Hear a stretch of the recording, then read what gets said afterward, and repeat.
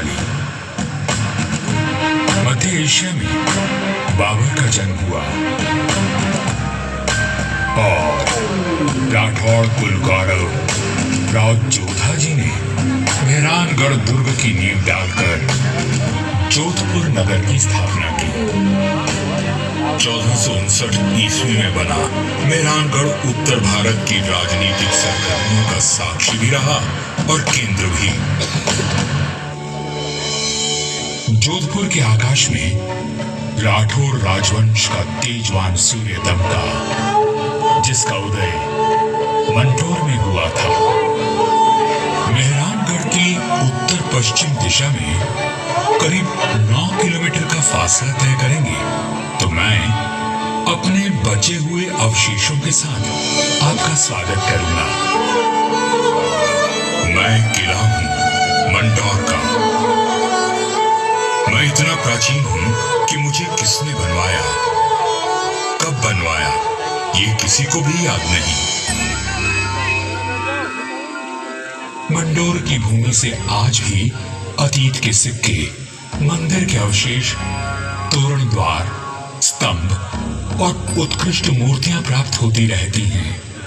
मंडोर संग्रहालय में प्राचीन भारत के सभी प्रतीकों को सहेज कर रखा गया है, ठीक वैसे ही जैसे मैंने अपने जीर्ण अवशेषों में अनेकों गाथाएं संभाल रखी हैं।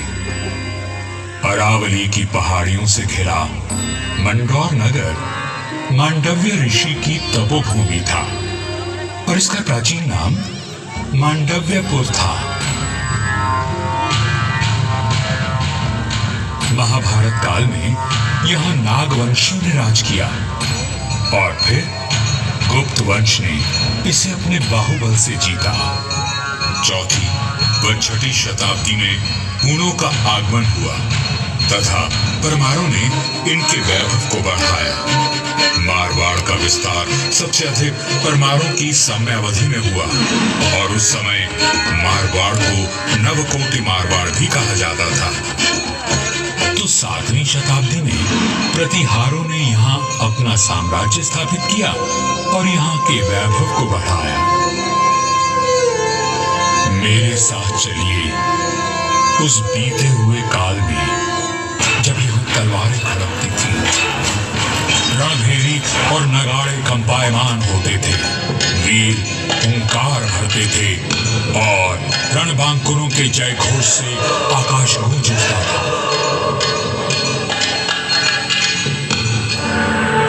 सन 1394 ईस्वी परिहारों की शक्ति अस्त हो रही थी।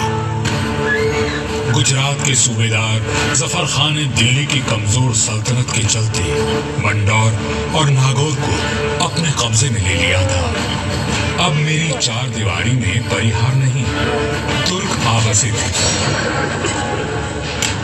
जफर खान का हाकिम ऐबक खान मंडोर दुर्ग का किलेदार था, जो आए दिन अपनी क्रूरता का प्रदर्शन करता रहता था।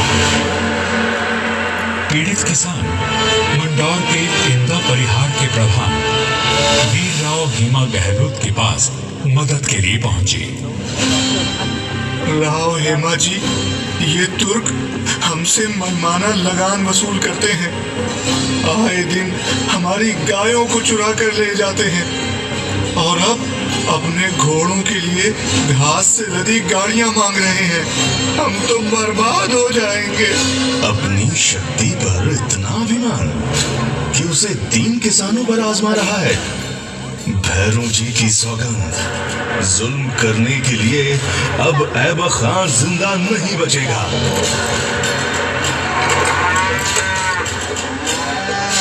शक्तिशाली शत्रु से लड़ने के लिए बल और बुद्धि से वार करने की योजना बनाई गई। घास की कई 100 गाड़ियां तैयार की गई और हर गाड़ी में हथियार लिए योद्धा चुप कर बैठ गए।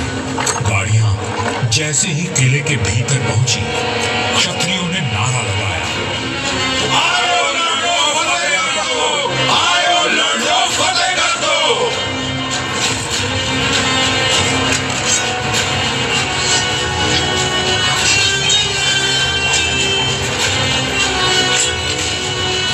इस अचानक हुए प्रहार से को संभालने का अवसर भी न मिला।